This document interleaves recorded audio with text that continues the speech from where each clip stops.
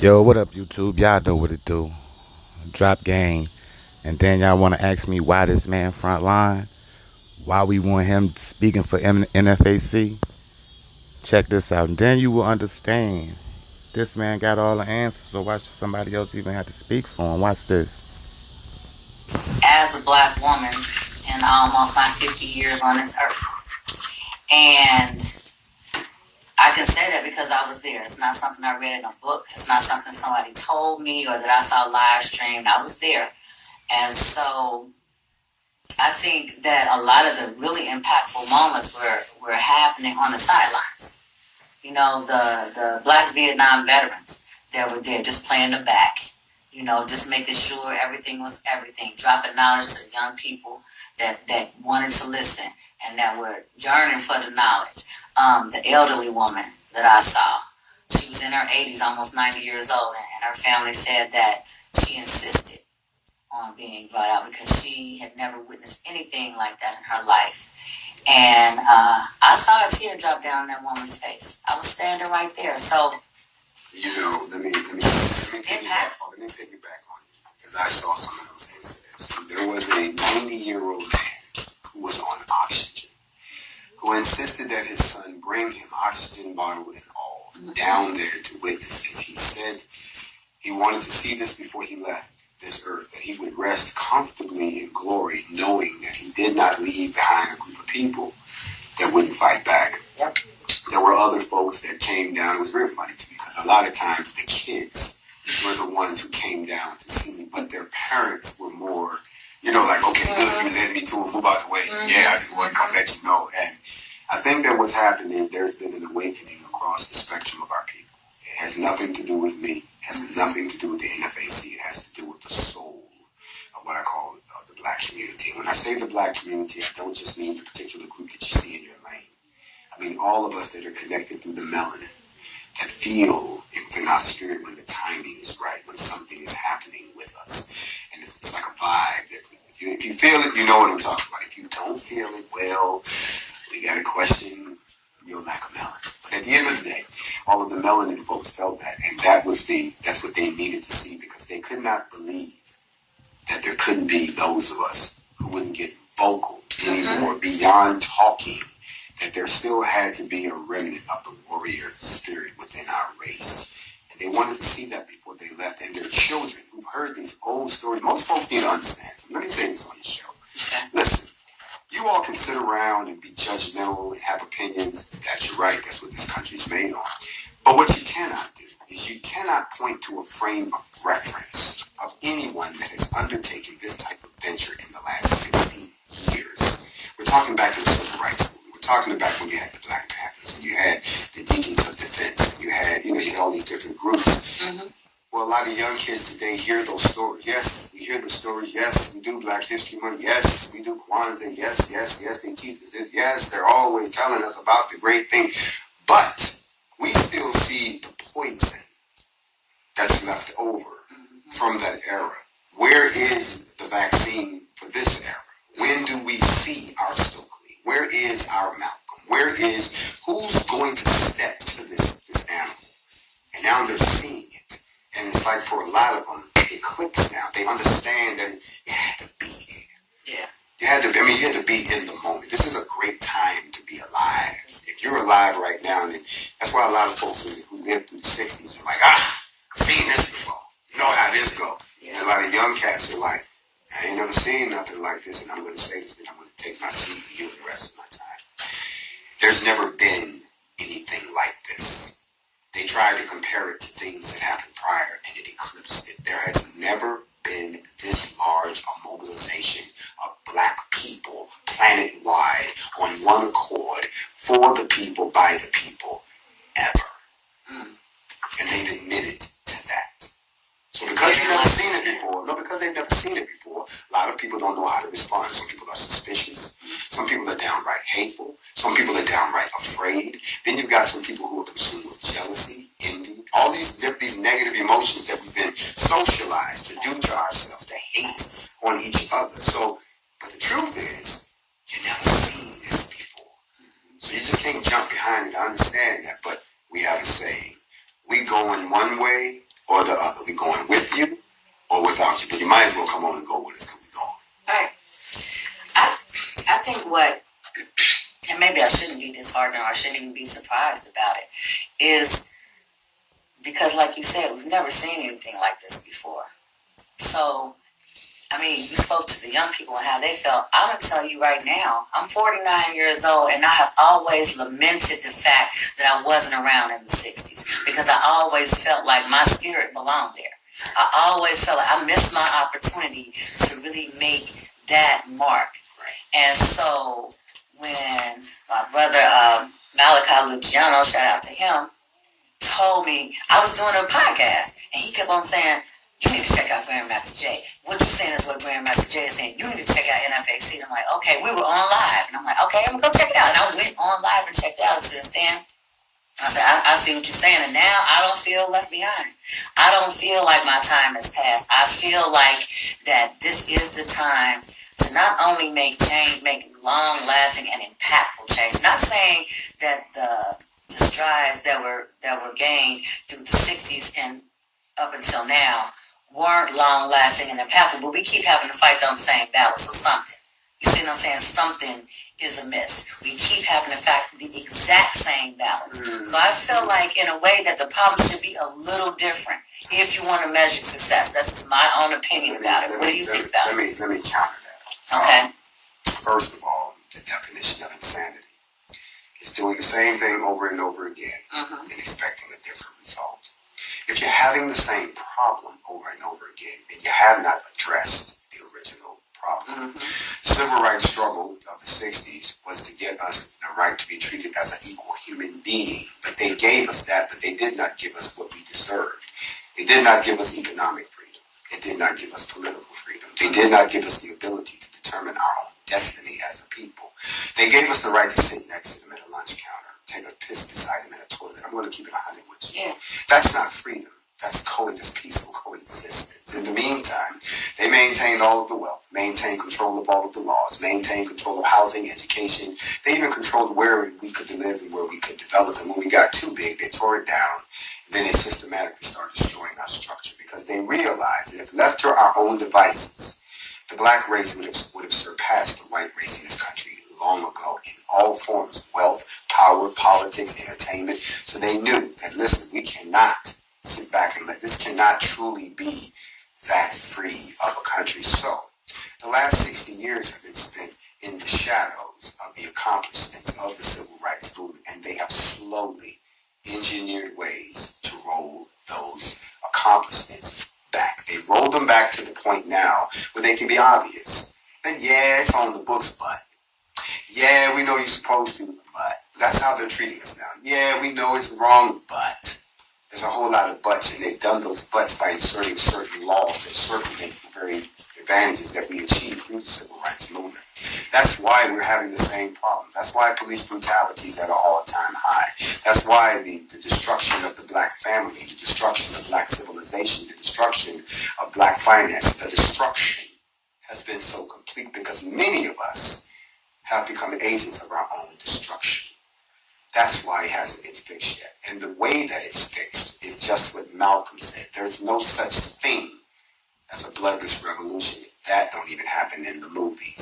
So until we are ready to bleed and die for the right to have our equal share of what is entitled to us, until we get over the fact that you're not going to kumbaya and sign and sing and march and chant your way out of this one, they're going to sit back and look at you and say, you keep on doing that because nothing has ever changed because of that. All that does is let us know that we got you. You're a little uncomfortable. We need to make you a little more uncomfortable, and then you'll be okay. That's not what's happening right now. So I would say, I would counter you to say that what's happening now is I'm just like you.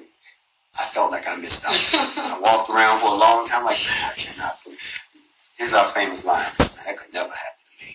That's what we would always say, right? Well, here's my response to that. For all of you people who say, if I was alive then, I would have done all of this, you're doing right now what you would have done then.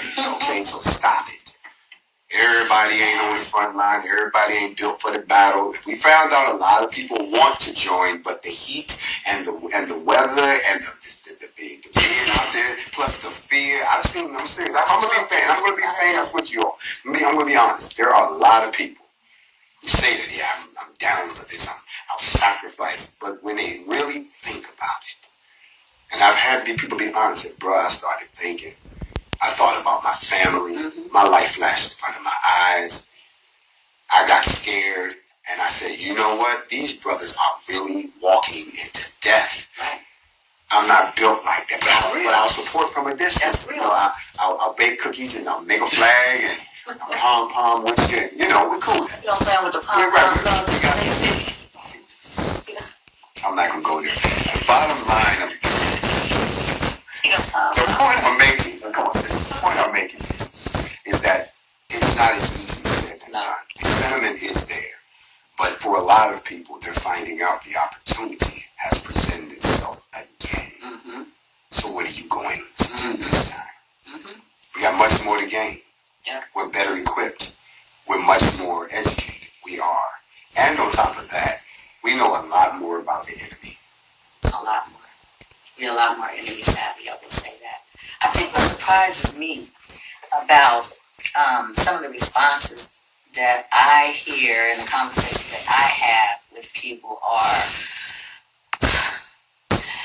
yeah, you went out there with all them people and them guns because, I mean, anything could happen. You could have got killed or anything. Anything could have happened. I'm like, but black people are being killed all the time anyway. So, you're more afraid. This is what I'm thinking. This is what I'm getting. People are more comfortable with people going around illegally armed, doing whatever, than they are with black people legally armed, standing up for what's right, standing up for justice for black people. Well, first of all, let's go ahead and let's unpack that. Okay.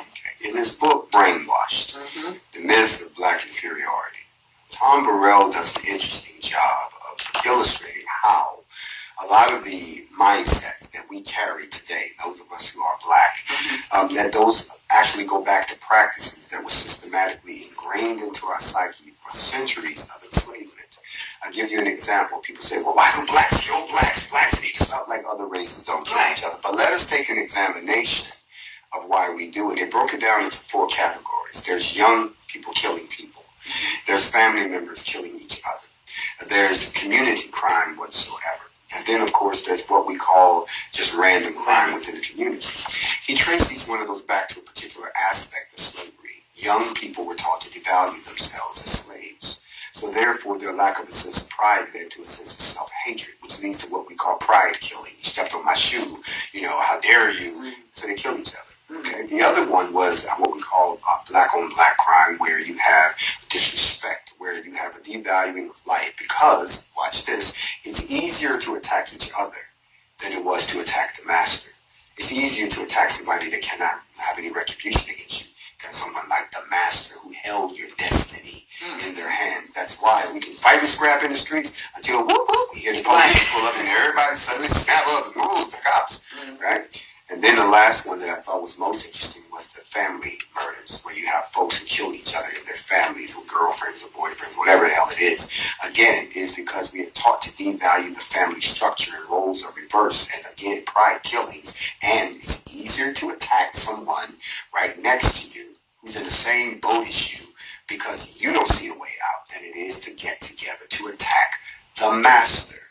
The master is still, no matter what you call it, society now. The master is the police. The master is the boss at your job.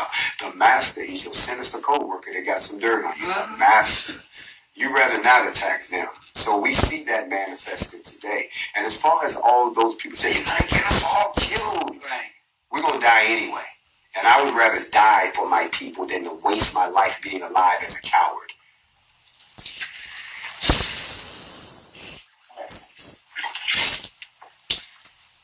Scared man can never win.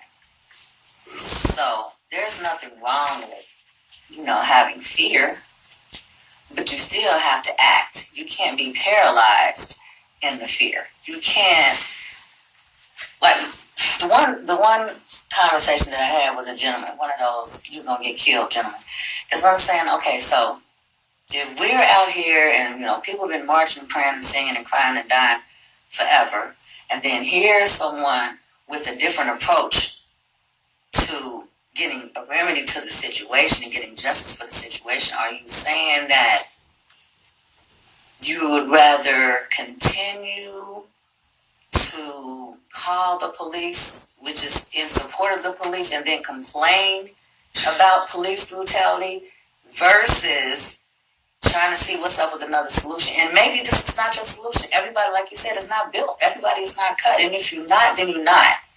But, you have to, this show is usually about society, sex, and common sense. Not the sex part tonight, but certainly the society and common sense part. Where is the common sense in that? I don't understand. Malcolm addressed that also. He said that if sense was common, we all have it. There's no such thing as common sense. There is what we call situational awareness. Mm-hmm. There's cultural esteem. There's racial esteem. Right now, the sense that we need to understand that we are suffering from low racial esteem escapes us. Most of us have become individuals. We care nothing about our kind. We only care about ourselves and the folks in our immediate vicinity. That is something that has been destroyed within the Black community. You remember back in the day when there was a time when if one of us did it, we all did it. If you had a new dance, we all learned a new dance. If you was wearing some new kicks, we all had to have new kicks. And if somebody got you wrong, they got us all wrong. Even most people don't know this, but we were more united when we came out of slavery than we are today, because all we had was each other. Nowadays, we think all we got is us. We don't have each other.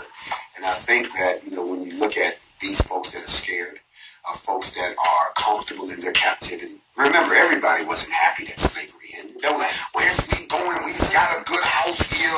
What do you mean that you're upsetting the vote? Right. Well, you're not down in the fields with us. You're not getting raped and robbed and pillaged. You're not being sold like property. That's not happening to you.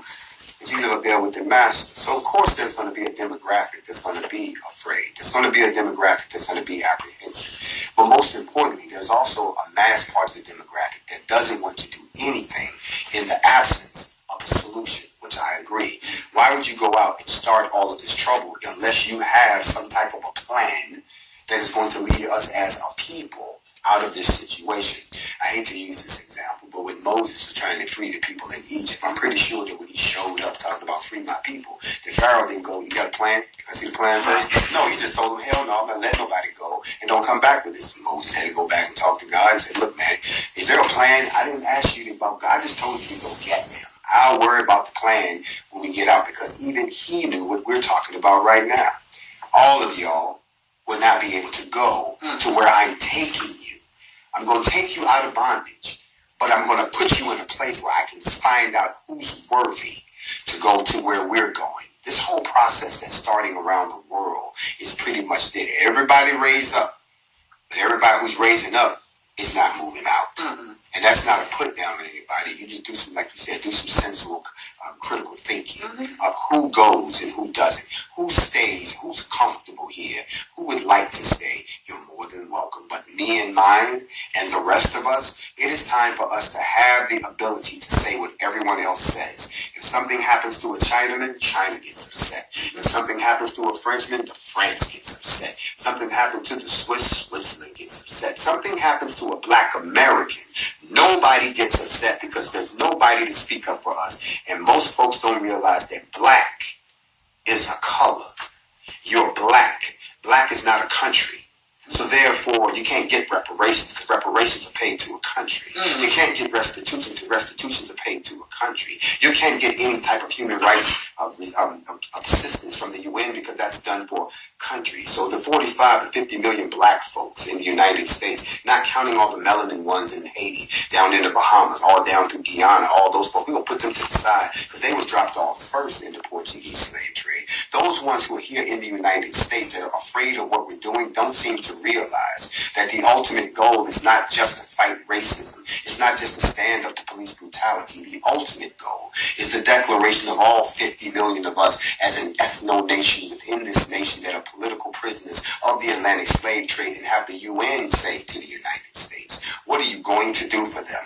If you're not going to give them a space to determine their own destiny and make amends for what you did to them for 246 years, and then prior to that, 400 years in the Portuguese slave trade, then you must not stop them from exiting your country to go somewhere to build their own ethno-nation. And I'm pretty sure from what I'm seeing, there's a whole bunch of us that have had enough of this, that are ready to go somewhere where we can determine our own destiny. And then as a country, we can sit at the table and say to the United States, now about that $14 trillion you owe us for reparations, you're delinquent, we need to get that. That conversation is never had when reparations is spoken of. The fact that nationhood is required before reparations can even be paid. I mean, it's not by accident that part is not spoken of, because, I mean, if you have people crying out for something and they have no way of really legitimately ever getting to that goal, you just let them continue to cry out. So that's not by accident. So for everyone who is pro-reparations, and for those of you who say reparations will never happen, it can never happen, you've just been given a blueprint on how we get reparations. Period. It's not going to come through, a tax refund or anything like that, a stimulus check, a Trump check, or nothing else like that. It's not going to come that way.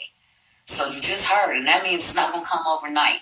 It's not going to come by next year or anything like that. So let me add something to that, my sister. It's not just the money.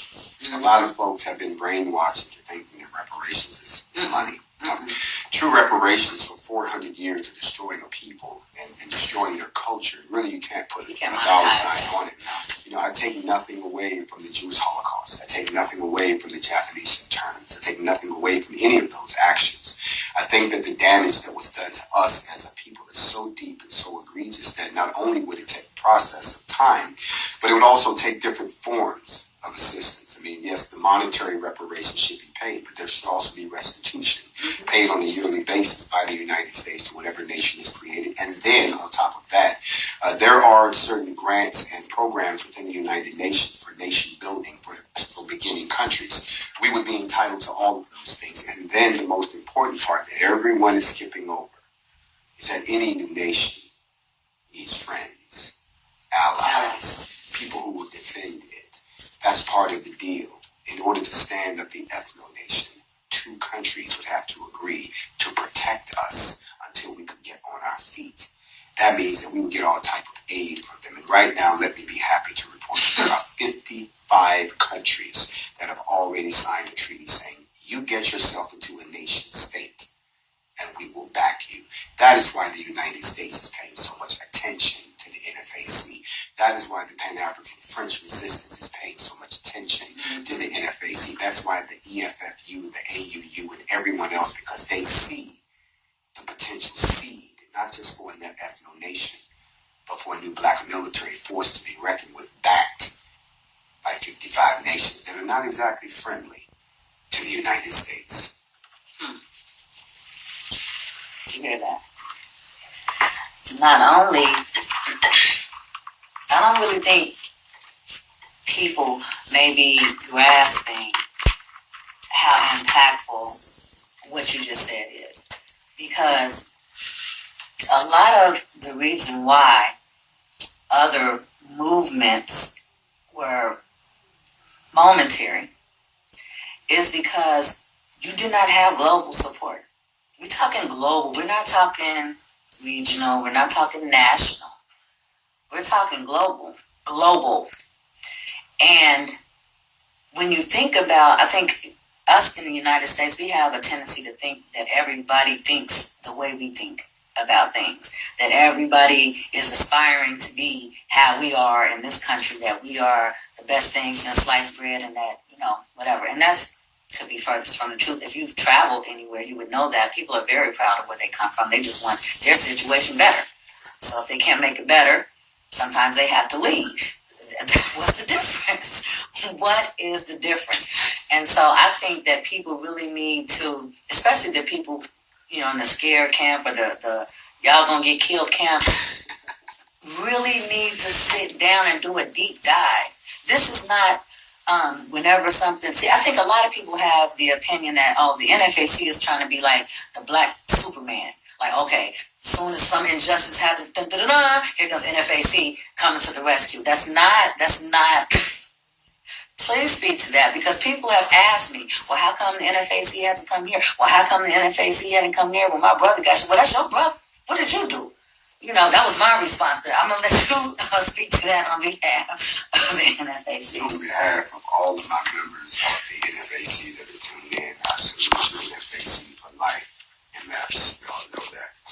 And for all the people that have been inspired by the creation of the NFAC, whether it was the Stone Mountain Revenge Objective or the trying to get justice for Breonna Taylor initiative, which is still going on in Louisville, or any of our other endeavors that we've managed to take on. I salute all of you, including all of my partners worldwide. I salute all of you before I answer this. The NFAC is not the global police. It's not the black police. We're not the black Batman.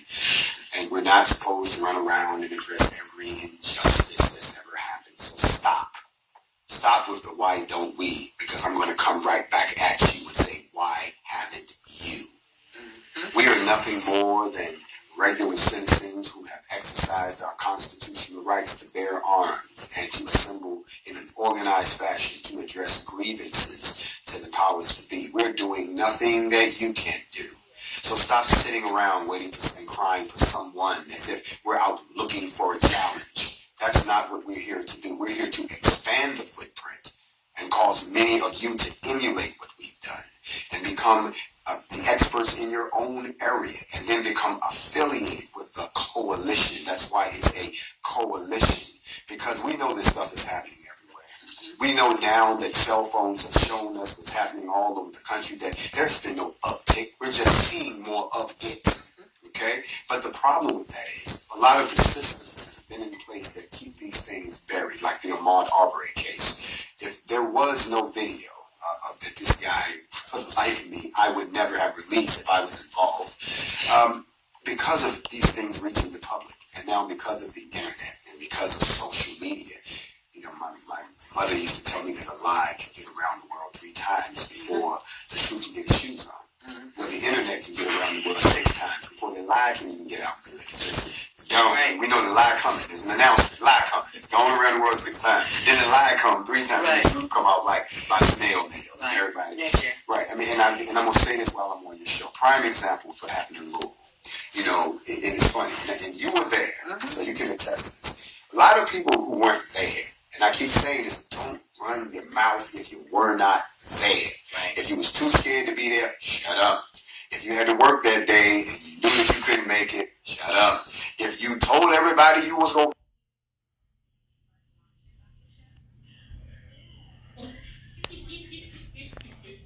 come and shut it down, but you instead you was mounting a flat screen